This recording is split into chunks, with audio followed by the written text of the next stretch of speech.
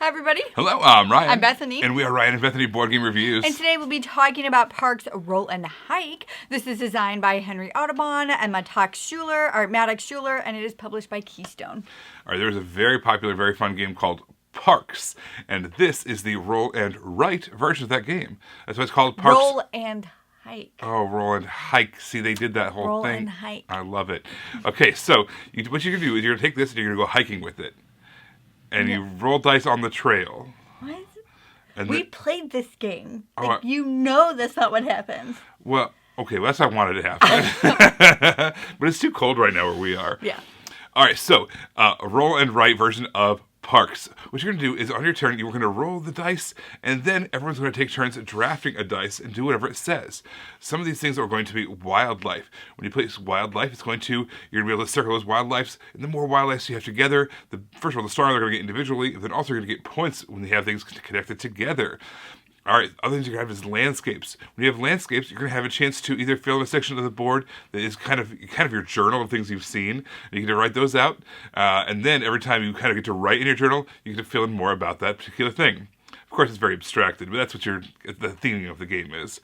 Or when you get a landscape, you can fill in this part of the board that's going to be kind of like an income phase at the end of every round. We're going to play 3 rounds, so if you fill in that income phase early, the income area, you're going to get it right away at the end of that round, plus at the end of the next round, plus at the end of the next round. So you're going to get 3 times the benefit, or the sooner you fill it in, the more benefits you're going to get out of it.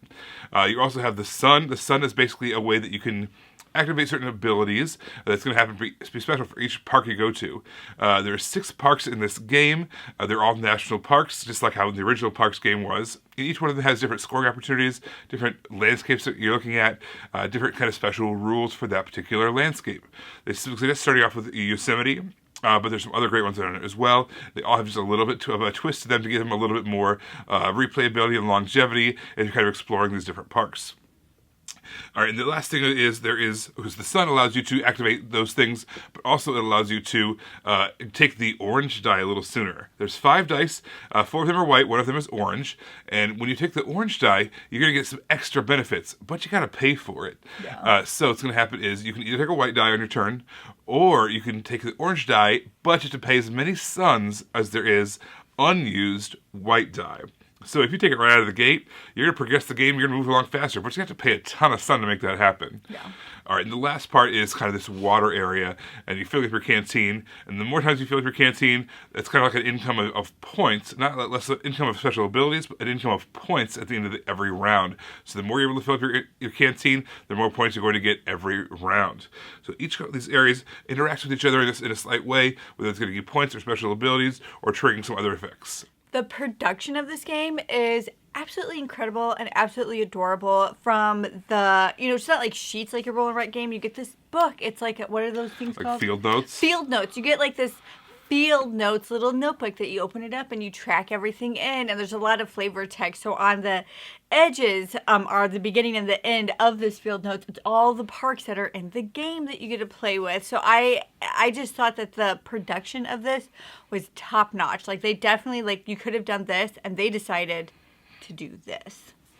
I like how there was kind of 2 parts of the board that were kind of income based. So you had to kind of delay your instant gratification. You couldn't get something right now. But at the end of that round, you will get some benefit. So obviously the canteen thing is going to give you points, but the landscape area is going to give you various benefits. Maybe it's more canteen water, or maybe it's more sun, or maybe it's the ability to write in more things in your journal area. Maybe it is, one of them is my favorite one, is you get to re-roll the orange die and get whatever the die says. So you get kind of a wild benefit you don't know what's going to be. So there's different things that you can do. You have to push off, you have to take it early, and then just kind of wait for the results to kind of come back in later on and trickle on in. So it's an interesting balance of instant gratification versus the long-term payoffs. So when I play roll and writes, I like there to be a lot of cascading effects. And this game had it, but I felt like it didn't happen until after, the first half of the game. And I just wanted more cascading effects earlier on. Yes, I have nothing wrong with having to work for something, but I didn't see the fruits of my labor right away, and I wanted that. I like that in my roll and write games where, by the, 3rd or 4th turn, you're able to see how things connect and roll off of that. And it did happen in this game. It just happened a lot later than I typically like in my roll and writes. One thing I do want to point out is if you're a person who likes to play a game a lot of times, there are kind of a limited number of pages in those really nice field notebooks. So you will have a short life cycle of this game. Now, it does say in the back of that book, if you're interested in buying more of these or ordering more of those, there is a QR code that you can scan to do that as well. But if you're a person who burns through roll and writes and you like a big thick pad that you can kind of play it over and over and over again, this is probably not going to be that. Yeah. It has a limited number of pages, but they're really cool. Like, they're really well done. Yeah. And also, as another aside, the eraser that it comes with is one of the best erasers I've ever used. So if you do feel obligated to keep the books you already have, you can erase them and just start again. Man, that eraser, I wish I'd had that in grade school. It was a great eraser. I Great don't know production what you're overall. talking about. Like, you're not making a lot of mistakes. No. I should have had that in grade school. But That's still, where it should have been at. what an eraser. What an eraser. Like, Top 10 erasers in board gaming. Oh, gosh. What a weird top 10 list. Like, Number 1, Parks and Roll and Hike. So overall, like, this game was fun, but I want more, I guess, in my roll and write games. I like it to be so clear, and I know if I do this and this and this and this will happen, and this is just one that I would pass on. It wasn't that it was unenjoyable. It was just, it wasn't what I looked for in my roll and writes. It wasn't one that I'm going to gravitate towards, and it's not what I'm going to ask for again. Is it a horrible game? Absolutely not. It's just not the game for me.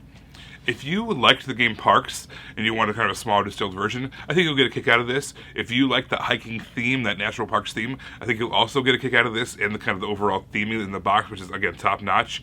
If you are a roll and write fan, I think this is going to leave you wanting a little bit. Yeah.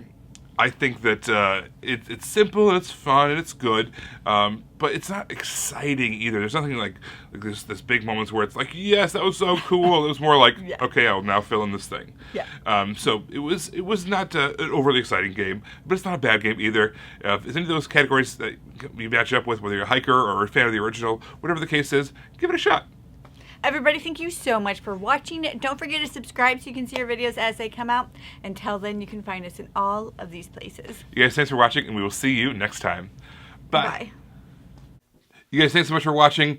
This game was provided to us by a publisher in exchange for a fair and honest review. And if you want to see more stuff, check out over here to see something we think you might like. And over here, we think that YouTube has picked out a great video for you you're going to love. Thanks, guys. We'll see you next time. Bye.